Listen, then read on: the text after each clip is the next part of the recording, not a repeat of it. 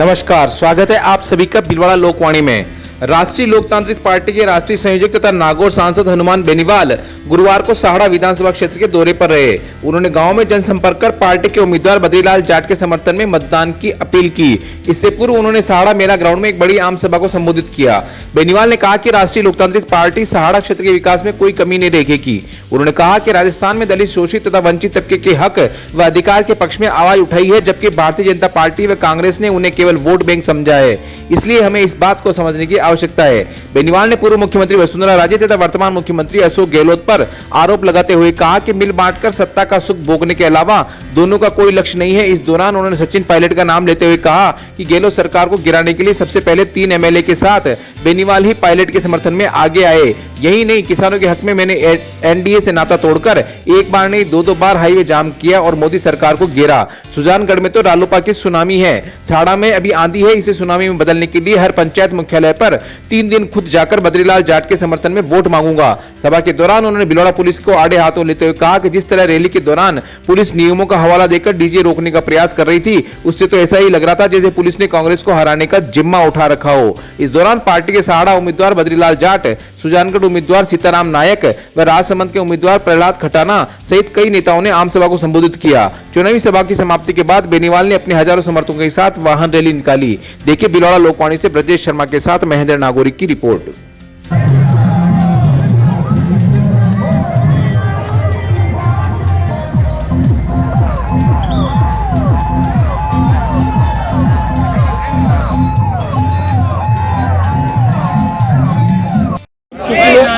और जैसा समर्थन गांव ढाणियों के अंदर और शहरों में 36 कौम के लोग दे रहे हैं, अल्पसंख्यक समुदाय का मिल रहा है, इससे सुजानगढ़ की जीत निश्चित है।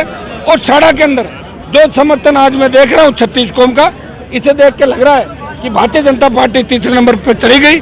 कांग्रेस और आरएलपी में मुख्य मुकाबला है और राष्ट्रीय लोकतांत्रिक पार्टी 17 तारीख आते आते बहुत आगे चली जाएगी और बद्री जी साहड़ा के अंदर भारी वोटों जीतेंगे।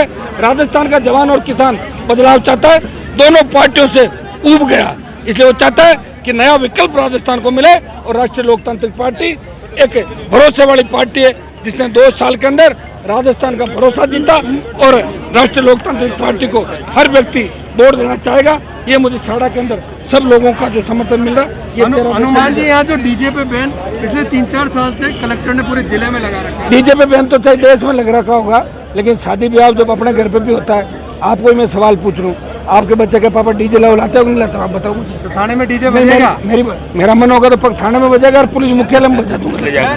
सर, जैसे लालूलाल पीतलिया ने नवाब का नामांकन उठा लिया, आपने कहा कि तो मैं क्या में जिस तरह होता है उस तरह यहाँ भीलवाड़ा में दोनों प्रमुख दल चल रहे हैं। देखिए धौलपुर के अंदर तो डाकुओं का आतंक है और भीलवाड़ा और साहड़ा के अंदर राजनीतिक डाकुओं का आतंक है। और राजनीति के सारे चंबल के बीड़ों की तरह आतंक उन्होंने फैलाया और पितलिया जी का फार्म उठवा लिया। इससे ज्यादा शर्मनाक बात क्या हो? भाजपा के जो सचेतक है एमएलए आप जो थे, वो ये कह रहे हैं कि गंगापुर से बेंगलोर तक रगड़ के रख देंगे, अमित शाह का नाम ले रहे हैं। हाँ बिल्कुल, वो सही कह रहे हैं, क्योंकि इन्होंने कईयों को रगड़ दिया। ये बात सही कहा, उन्होंने गलत नहीं कही।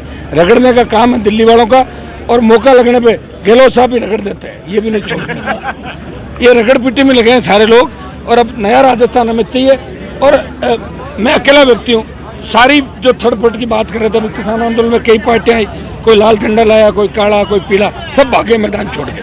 राष्ट्रीय लोकतांत्रिक पार्टी प्रमुखता से बड़ी चुनौती कांग्रेस और भारतीय जनता पार्टी को। सर, सचिन पायलट सरकार गिराने की कोशिश कर रहे थे, तब मैं उनके साथ था।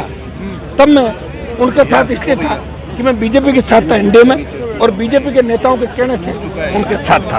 अगर अब दोबारा मौका है ऐसा तो फिर गिरा देंगे। और क्या, तैयारी बैठे हम तो 3 एमएलए हैं और 2 ये बन जाएंगे और दोनों 3 ये हो जाए, 6 हो जाएंगे, तो फिर गिराने में सहूलियत रहेगी। तो पायलट के साथ ही रहोगे सर?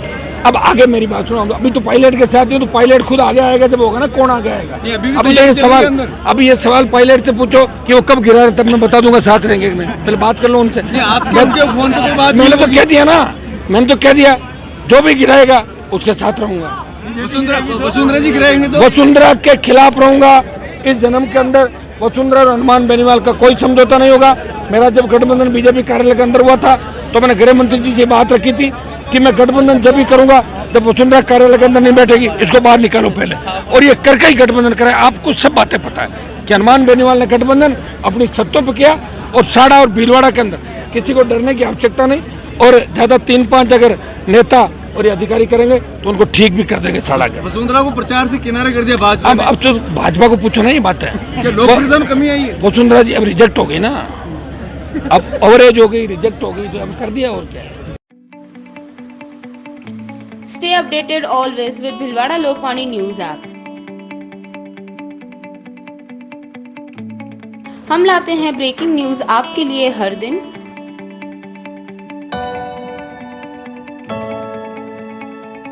कभी भी कहीं भी देखें ताज़ा खबरें आपके मोबाइल पर। देखें न्यूज वीडियोस किसी भी टाइम। हमारे साथ जुड़े रहे और डाउनलोड करें Bhilwara Lokvani app, available on play store. Download now.